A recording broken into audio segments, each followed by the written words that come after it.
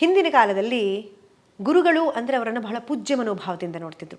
ನ ಗುರೋರ್ ಅಧಿಕಂ, ಗುರುವಿಗಿಂತಲೂ ಮಿಗಿಲಾದವರು ಈ ಭೂಮಿ ಮೇಲೆ ಮತ್ತೊಬ್ಬರಿಲ್ಲ. ಹರಿಹರಾದಿಗಳು ಮುನಿದರು ಗುರು ಒಲಿದು ಕಾಯ್ವ, ಗುರು ಮುನಿದರೆ ಹರಿಹರಾದಿಗಳು ಒಲಿಯರಯ್ಯ. ಯಾಕೆಂದರೆ ಮಾತೃದೇವೋಭವ, ಪಿತೃದೇವೋಭವ, ಆಚಾರ್ಯ ದೇವೋಭವ ಅಂತ ಗುರುಗಳನ್ನೇ ದೇವರು ಅಂತ ಪೂಜಿಸುವಂಥ ಕಾಲ ನಮ್ಮ ಕಾಲ. ಹಿಂದಿನ ಕಾಲದಲ್ಲಿ ಗುರುಗಳನ್ನು ರಸ್ತೆ ಮೇಲೆ ನೋಡಿದಾಗ ಅಂಜಲಿಬದ್ಧರಾಗಿ ನಿಂತು ಮಾತನಾಡ್ತಿದ್ರು. ಯಾಕೆ ಹೀಗೆ ನಿಂತು ಮಾತನಾಡ್ತಿದ್ರು ಅಂದರೆ, ಮಾತನಾಡುವ ರಭಸದಲ್ಲಿ ಎಂಜಲಿನ ಅಗಳೇನಾದರೂ ಗುರುಗಳ ಮೇಲೆ ಬಿದ್ದು ಹೋದರೆ ಆ ಪಾಪವನ್ನು ಕಳ್ಕೊಳ್ಳೋಕೆ ನಾನು ಎಲ್ಲಿ ಹೋಗ್ಲಪ್ಪ ಅಂತ ಹೇಳಿ ಅಂಜಲಿಬದ್ಧರಾಗಿ ನಿಂತು ಮಾತಾಡ್ತಿದ್ರು. ಈಗ ಹೀಗೆಲ್ಲ ಮಾತಾಡಲ್ಲ. ಈಗ ನಿಂತ್ಕೊತಾರೆ, ಏನು ರೀ ಮೇಷ್ಟ್ರೇ ಚೆನ್ನಾಗಿದ್ದೀರಾ, ಪಾಪ ಗುರುಗಳೇ ಗಡ ಗಡ ಗಡ ಚೆನ್ನಾಗಿದ್ದೀನಪ್ಪ ಅನ್ನುವ ಮಟ್ಟದಲ್ಲಿ ಬಂದು ನಾನು ನಿಂತಿದ್ದೆ. ರಾಮ ತಾನು ವಿದ್ಯಾಭ್ಯಾಸ ಮಾಡುತ್ತಿರುವಾಗ ಗುರುಗಳನ್ನು ಎಷ್ಟು ಆತ ಪೂಜನೀಯ ಭಾವದಲ್ಲಿ ನೋಡ್ತಿದ್ದ ಅಂದರೆ, ಇದನ್ನೆಲ್ಲ ನೋಡಿ ನಾವು ನಮ್ಮ ಮಕ್ಕಳಿಗೆ ಹೇಳ್ಕೊಡ್ಬೇಕು. ರಾಮ ಹೀಗಿದ್ದ, ನಾವು ಅವನಂತಿರಬೇಕು, ಈ ಪಾಠಗಳನ್ನೆಲ್ಲ ನಾವು ನಮ್ಮ ಮಕ್ಕಳಿಗೆ ಹೇಳ್ಕೊಡ್ಬೇಕು. ಈ ವಿಚಾರ ಬಂದಾಗ ನೋಡಿ, ಗುರುಗಳು ಹೇಳ್ಕೊಳ್ಳೋದೇ ಒಂದು. ಹಿಂದಿನ ಕಾಲದಲ್ಲೆಲ್ಲ ಅಷ್ಟು ಶ್ರದ್ಧಾಭಕ್ತಿಯಿಂದ ಕಲಿತಿರೋದಕ್ಕೆ ವಿದ್ಯೆ ಅಷ್ಟು ಚೆನ್ನಾಗಿ ಒಲಿದು ಬರ್ತಿದ್ದಿದ್ದು.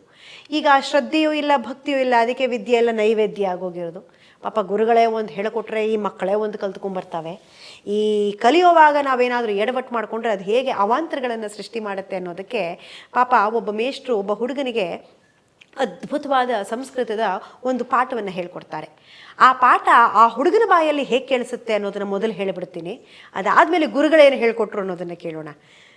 ಬೆಟ್ಟದ ತಪ್ಪಲಿನಲ್ಲಿ ಶಿಲೆ, ಬೆಟ್ಟದ ತಪ್ಪಲಿನಲ್ಲಿ ಶಿಲೆ ಪಾಲ್ಕರಿಯಲ್, ಪಶು ಶಿಶುವನೆರಲ್, ನಾರಿ ವೇದವನೋದಲ್, ಬ್ರಾಹ್ಮಣ ಕಾಗೆಯ ಮಾಂಸವ ತಿನ್ನಲ್.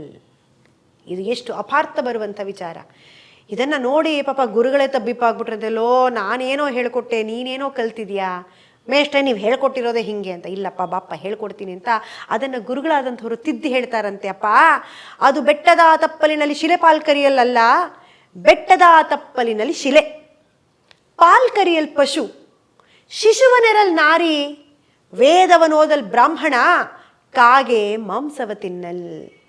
ಸೊ ಸರಿಯಾದ ವಿಚಾರವನ್ನು ಸರಿಯಾಗಿ ನಾವು ಹೇಳದೆ ಹೋದರೆ ಅದು ಹೇಗೆಲ್ಲ ಎಡವಟ್ಟು ಮಾಡುತ್ತೆ ಅನ್ನೋದಕ್ಕೆ ಈ ಶ್ರದ್ಧಾ ಭಕ್ತಿ ಗುರುವಿನ ಮೇಲೆ ಒಂದು ಪೂಜ್ಯ ಮನೋಭಾವ ಇದ್ದಾಗ ಮಾತ್ರ ಆ ವಿದ್ಯೆಯೂ ಕೂಡ ನಮಗೆ ಒಲಿಯೋದಕ್ಕೆ ಸಾಧ್ಯ. ಅಂದಮೇಲೆ ಈಗಿನ ಕಾಲದ ಮಕ್ಕಳಿಗೆ ಹೇಳೋದು ನಗುರೋರ್ ಅಧಿಕಂ, ಗುರುವಿಗಿಂತಲೂ ಮಿಗಿಲಾದವರಿಲ್ಲ.